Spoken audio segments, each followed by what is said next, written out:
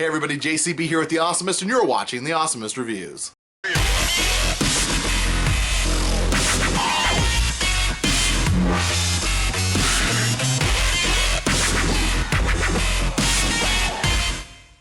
So you know me, I love to review niche little weird products and gadgets that are off the beaten path. I like to find diamonds in the rough. I like to find those weird little things that most people look at and think, that's so cheap and strange that it's probably not worth my time or money. Well, today is no exception. Today I'm gonna be reviewing Vogglz. What the hell are Vogglz, you ask? That's exactly what I asked myself when I saw a big box of these things at the grocery store. The sign just said Vogglz, $2. So I went over to get a closer look, and it's just some cardboard in a bag with a controller-shaped logo. My first thought was, Vogglz? What is it, like virtual reality goggles? And I thought, no, that's a really stupid name for something like that. But then I realized that's a really stupid name for anything, so that's probably what it is. After buying a pair, I visited their website, digitalfood.com, and yep, it's a pair of virtual reality goggles that work with your smartphone. So if this concept sounds familiar, that's because Google released a similar product a while back called Google Cardboard. And it's basically the exact same thing. In fact, the design of the goggles themselves are exactly the same, and really the only difference seems to be the app, which I'll get back to in a second. First, we have to assemble these things. The instructions say to use a glue stick to make everything more secure, but I don't have a glue stick because I'm not in kindergarten. So I'll just use some tape if it comes to that. Let's see here. Take this part, which is gonna be like the face part, and you gotta put these lenses in these holes and then fold it up like an accordion. God damn it, this is not easy. 3 hours later. So this is it, a pair of cardboard goggles with some plastic lenses here. Basically you put your smartphone inside this little box, and then you put this against your face so you can view the content of the screen. It's pretty simple. When you go to play a 360 video, I recommend that you pause it first and allow it to buffer for a bit so it doesn't sputter.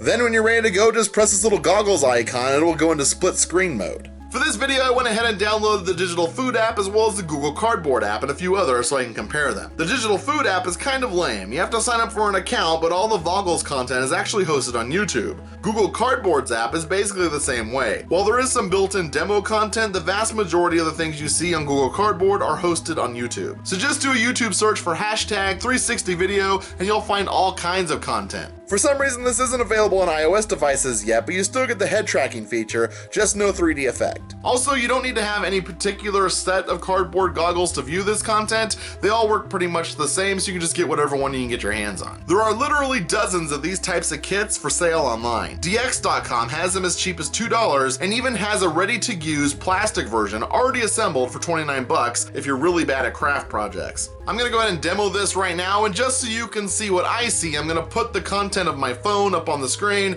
and I'll keep this camera on me and put it in the corner somewhere so you can see how my movements correspond to the movements of the phone, if that makes sense. You can already see the reason why we came to this wreck in the first place. There's loads of sharks.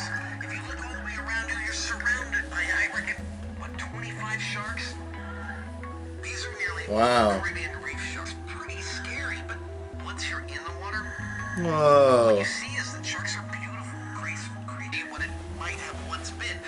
So enough already on that. The wreck we filmed in is the one just coming into view in the Disney diver, who happens to be our executive producer, checking the place out prior to our experiments.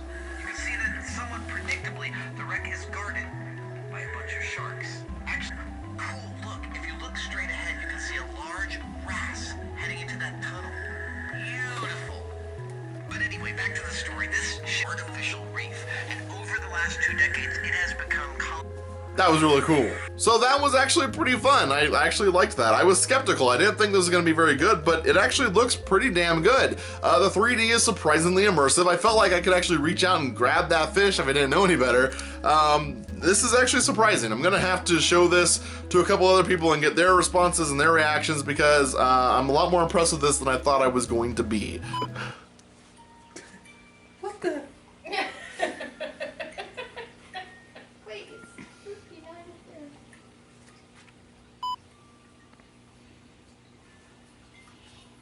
What are you looking at, lady?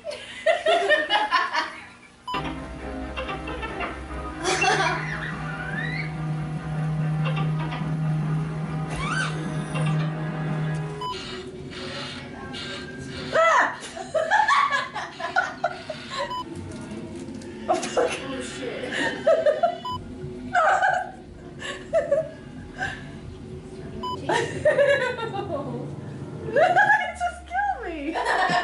So that's Vogglz. Vogglz or Google Cardboard, or really any of the cardboard-based virtual reality goggles that you can find. They're pretty much all the same.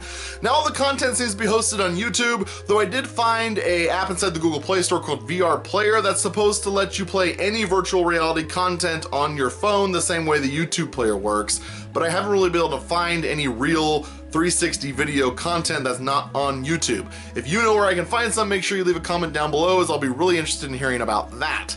So this is all pretty neat. I mean, I don't think I'd pay 30 bucks for a plastic version of this that's already assembled. Putting together the cardboard one wasn't that hard. It was a little annoying, but you know, once you realize what you're doing and how the instructions work, it's not really a big deal. And for $2, you can't go wrong. The 360 video content is actually pretty cool, and I see now why companies like Valve are investing in VR headsets like the HTC Vive. The one downside to a system like this is that it's not really interactive at all. It's just a video that plays out the exact same way every time, and you're able to look around. It's kind of like being pushed in a wheelchair, and all you're able to do is move your head to look around in different places. You can't really interact with anything. You can't walk forward or backward, get closer or further away from objects, so it's really limited in that way, but it is still a really cool little demo and definitely worth your time checking out. Video games already have 360-degree content like this, so an on-rails shooter would be really neat and really easy to do. But what systems like the Oculus Rift and the HTC Vive are going for is a fully immersive, interactive experience. And if it works as well as these little cardboard demos do, that's really exciting. I definitely recommend picking up a cardboard VR goggle set if you have the chance. They're really affordable, easy to use, not too difficult to assemble, and it's an interesting experience you'll really enjoy. So have you used one of these cardboard VR headsets before? If so, which one? What did you think about it?